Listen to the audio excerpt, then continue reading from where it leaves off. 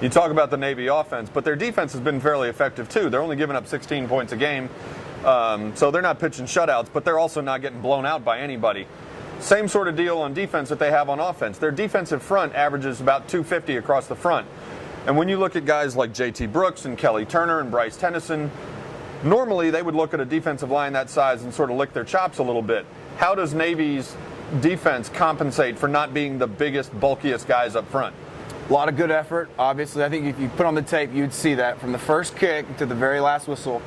These dudes get after you hard. They play really, really hard. Really, they love football. Football is their outlet. You know, that's where they go and just nonstop love it. Persistent, persevere. You're never going to get me down. That's tough. Ask anybody that's played football against a guy that never quits, ever. It's tough. Justin Rogers was a 205-pound defensive end as a redshirt freshman. He was the toughest player I blocked for 4 years because his effort was so great from the first week of the season all the way through the end. He was redshirting. He had no reason to make play, but his effort was great. Justin Rogers ended up, everybody knows the story of Justin Rogers, makes a good little NFL career for himself. Navy doesn't quite have those guys that have Justin's upside, but they've got that same kind of love and passion for football. So they use angles, they use stunts, they use twists, they bring pressure, and they're just fundamentally perfect. And I don't want to overrate Navy, but they just do the thing. They maximize their athletic ability, they maximize their scheme, and they know that they'll channel for 60 minutes on Saturday to do exactly as they're coached to do. No false steps, no penalties, no silly play, very disciplined, organized football. They're also very opportunistic on defense. They've gotten 3 interceptions, but they've also forced 10 fumbles and recovered 7 of them. Because of that, do you expect SMU to be, they've gotten a little more vertical with their passing game the last couple of weeks, but do you expect SMU to be more conservative, do more short and intermediate passes, and run the ball more with Zach Line this week to try to eliminate the chances of big plays by the Navy defense? Well, I think Navy's going to play a lot of zone coverage. They're going to drop players back. They're not going to let the vertical route beat them this week. So with that, they're going to make SMU march down the field just by virtue of how they're going to align and make SMU march with heady, consistent play.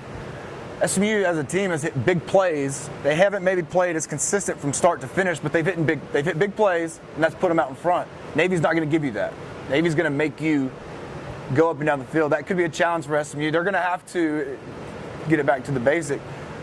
Take what's there. Kyle's going to have to be pretty sure of himself and his reads, but surprisingly, Navy will, if they sit back in all that zone and they make your quarterback think and they make him read and make him check the field, next thing you know, randomly a linebacker or a defensive end wins. Back to that whole just keep fighting through the end of the play.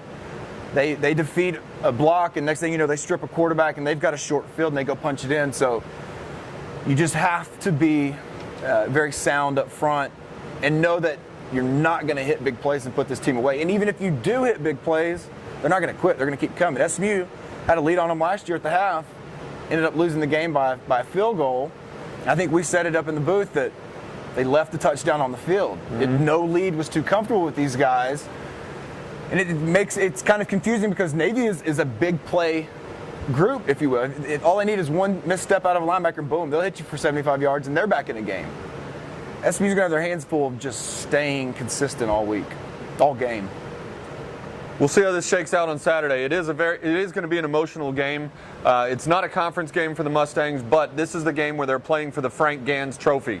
And you know that June Jones and his staff and the rest of the team obviously have very strong feelings about Coach Gans. If you're not making the trip to Annapolis, check out the game either on 1310 AM, The Ticket, or on CBS College.